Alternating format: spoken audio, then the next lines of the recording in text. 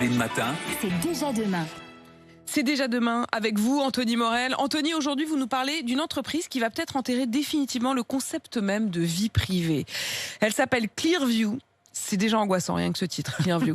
Et elle a mis au point une technologie assez effrayante qui permet d'identifier n'importe qui dans la rue à partir d'une simple photo. Elle est visée par des plaintes dans 5 pays européens, dont la France. Oui, en France, c'est la CNIL qui a été saisie par un groupe d'ONG pour violation du RGPD. C'est le règlement qui est censé protéger nos données sur Internet autour des activités de Clearview, entreprise très discrète qui a mis au point un outil de reconnaissance faciale absolument redoutable. Ce que fait cette entreprise, c'est qu'elle récupère sur Internet, sur les réseaux sociaux notamment, des milliards de photos de visages. Alors ça peut être le vôtre et le mien, on est probablement dans leur base de données. Ils ont constitué une base biométrique de 3 milliards de visages qu'ils commercialisent aux forces de l'ordre du monde entier. Et très concrètement, un policier qui se balade dans la rue et qui utilise ce logiciel, il peut prendre une photo de n'importe qui et il a une identification avec un taux de fiabilité de 99%, même si la personne depuis porte une barbe, a mis des lunettes, etc. C'est l'avantage, entre guillemets,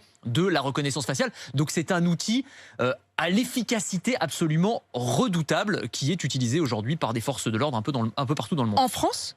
Alors pas en France. En France, c'est totalement interdit et la CNIL, la Commission nationale informatique et liberté, veille au grain sur ce sujet. Mais aux États-Unis, par exemple, vous avez 600 agences gouvernementales qui utilisent les logiciels de Clearview. Ça va du FBI aux douanes, à des entreprises privées aussi, des grands magasins, des Walmart, Best Buy, etc., des grandes marques de distribution aux États-Unis. Alors ça peut aller de essayer d'identifier, par exemple, une personne qui vole à l'étalage, à résoudre des affaires de meurtre. Parce que, encore une fois, il y a une efficacité qui est indéniable. C'est le côté, entre guillemets, positif de cette technologie. La police de l'État de l'Indiana, par exemple, a résolu une affaire d'homicide en 20 minutes, là où il aurait fallu plusieurs jours ou plusieurs semaines. Un homme qui tire sur un autre dans un parc, la scène est filmée, la police récupère la vidéo, la passe à la moulinette de ce logiciel Clearview, et en quelques secondes ou en quelques minutes, hop, la personne qui n'était absolument pas connue des services de police va être identifiée et arrêter. Les inventeurs de cette technologie imaginent même que demain on pourrait les intégrer à des lunettes intelligentes type Google Glass. Donc vous avez des policiers qui pourraient se balader dans la rue